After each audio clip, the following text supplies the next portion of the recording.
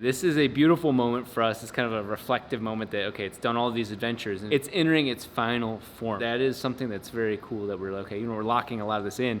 And one of those is the entire exhaust, the new turbo, the electronic wastegates. We're just gonna fire it up one last time for how it sounds now.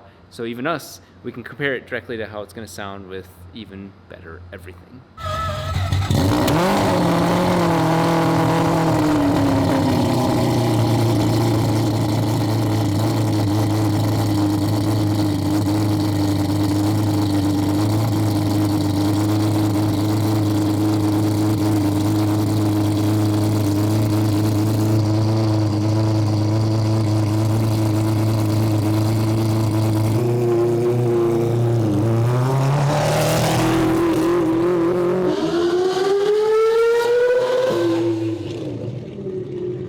You know the coolest thing about this, just pausing the progress of this car at this moment, is that we've essentially harnessed or tamed a four-rotor, an engine that really is like a mythical beast. Now in these video series, for both you and I, okay, we have a four-rotor, we can turn it on, it runs, but pause and think about us firing up the engine alone and shooting flames to the ceiling, literally to the ceiling, and then trying to get it run. It's just amazing that how predictable this engine is, that we can fire it up. This is a race engine, and even that, it wasn't one that was in the race cars. This is a very limited, it's just such a cool moment to go, holy shit, I can beat the shit out of a four-rotor. Just because it could be done doesn't mean that it is done. We're never satisfied. There's a vision, we're here, and we need to be there. That is 106 millimeters of, bent a little bit, that's my fault. Massive turbocharging power is about the top of the line. Well, it no longer is the top of the line because there's something even crazier, and my buddy Tim from Garrett is here to show us this.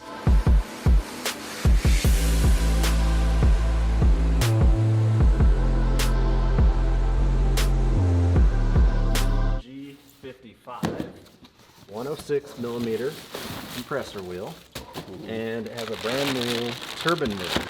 So the difference with this turbine wheel compared to the GTX 55, it's 4 millimeters larger on the turbine exducer.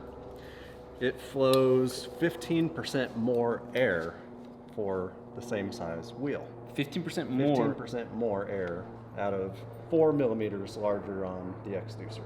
So this diameter to this is 4 mils larger, so it'll flow the same compressor air, because it's using the same compressor arrow and same compressor wheel. Okay, yeah. And then on this one you have the aluminum backplate. Oh yeah. So it is a little bit lighter because this one is all steel here, and this is all one piece aluminum. That's sick. Not that you need the lightweight reduction. Oh, I need this. You got the, I'm struggling. the guns to hold them up. Yeah. But yeah, that's the new deal. So you're saying 15% more flow, but at the same response. They're able to flow more, which matters massively for rotaries being turbocharged, because the limit isn't this, it's this. And so for them to focus on just this and make this 15% better with basically the same, that's incredible. The shape is just slightly different, and that makes a huge difference. Yeah. This one's got more of a curve at the end. This one seems to, allow the air to get through it. The unique thing about GTX versus G Series, GTX has used the same turbine wheel and same arrow since we first started making turbos. Whoa. So GT, GTX Gen 1, GTX Gen 2, that's all the same turbine wheel. So no way. To have a brand new turbine wheel with the response numbers that we're seeing, it's due to the aerodynamics of the actual wheel itself. That's how you're able to get more flow just from a simple turbine wheel update. Wow. Yeah. I'd like to talk more about this while you're set on the counter. Yeah, I'm getting out of breath here. As you guys know, I take this role very seriously, in a sense, as an influencer. But the biggest person for me to influence is my girlfriend. She's very difficult to impress, except when it comes to athletic greens. I am so excited that Erica absolutely loves this. She actually asked me to get more because she kept taking mine. That means I'm doing something right, especially for my health, for her health. I used to take wheatgrass when I was younger. It was just one of the many things that AG1 has inside of it. It is focused on gut health, mental health, physical health, hormone balancing, adaptogens. All these different things are all in one package and in one scoop, certainly taking care of me every day. It's extremely simple. You have really two choices. You have the travel packets, which I've been using like crazy on all my top gear shoots, or you have the packet. And impressively enough, they're both the same amount. I did not expect that. Pop it on into the water. I'm dead serious when I say that I've been working with AG1 for quite a while now, and I've really grown to love the taste. It's something that's kind of an earthy taste. When I put it in smoothies, it actually adds a flavor I want. I do enjoy that flavor. It certainly makes me feel like I'm doing something healthy for myself. Starts the day off right, and I tend to end up eating healthier because I want to make sure that I keep the good thing going. Go to athleticgreens.com/RobDahm to get started on your order. And with that, they will be giving away a free 1-year supply of vitamin D3 and K2, as well as 5 travel packets. Go to athleticgreens.com/RobDahm.